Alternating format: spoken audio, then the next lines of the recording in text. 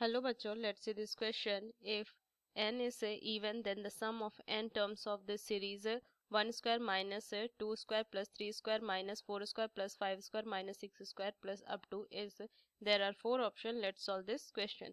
So इस question में अगर मैं की concept अप्लाई करूँ तो अगर मुझे इस टाइप का दिया हुआ हो 1 plus 2 plus 3 plus 4 plus up to N तक, तो इनका जो समेशन होता है वो क्या होता है N into N plus 1 upon में 2।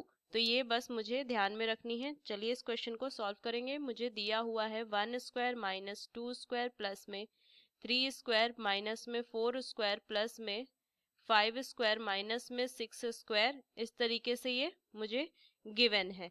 तो इसे ये लिख सकती हूँ n माइनस 1 का whole square minus n square, ये लिख सकती हूँ। सो देखो इसे एक मेरा फॉर्मूला था ए स्क्वायर माइनस में b square which is equal to a plus b into में ए माइनस बी। ये तो इसे मैं लिख सकती हूँ 1 माइनस 2 इंटू 1 प्लस 2, ये मैं लिख सकती हूँ क्योंकि मैंने इसको एक ब्रैकेट में कर लिया, इसे एक ब्रैकेट में, इसे एक ब्रैकेट में, इस तरीके से लिख सकती हूँ। प्लस में 3 माइनस 4 एंड 3 प्लस में 4 प्लस में ये क्या हो जाएगा 5 माइनस 6 इंटू 5 प्लस 6, ये लिख सकती हूँ अप टू यहाँ से n minus 1 minus n into n minus 1 plus n तक, ये मैं लिख सकती हूँ इसे। सो आगे अगर मैं सॉल्व करूँ तो कितना हो जाएगा माइनस 1 इंटू 1 प्लस 2 प्लस में minus 1 into 3 plus 4 again plus में माइनस 1 इंटू 5 प्लस 6, ये अप टू चलता जाएगा और ये minus 1 into n minus 1 plus में n, ये चलेगा मेरा।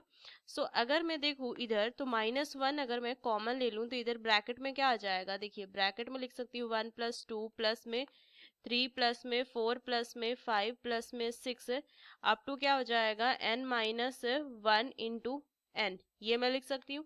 सो क्या हो जाएगा देखिए माइनस 1, इनका समेशन क्या हो जाएगा, ये माइनस 1 ब्रैकेट में रखिए n into N plus 1 upon में 2 माइनस n माइनस 1 का whole square minus n square, ये लिया।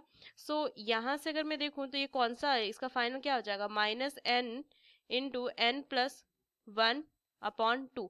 सो ये इसका फाइनल आंसर आएगा। कौन सा ऑप्शन है, देखिए ये ऑप्शन ए है। So using this key concept we solve this question. Hope you understood it well. Best of luck.